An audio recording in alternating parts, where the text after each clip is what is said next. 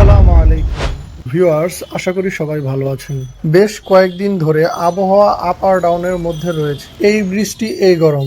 বৃষ্টি হলে আবহাওয়া পরিস্থিতি কিছুটা ঠান্ডা হলেও বৃষ্টি চলে যাওয়ার পর পরক্ষণেই রোদের তাপে গরমের পরিস্থিতি আরো ভয়ঙ্কর হয়ে ওঠে। যাই হোক, এই ভয়ঙ্কর গরমে ঠান্ডা কিছু না হলে কি চলে?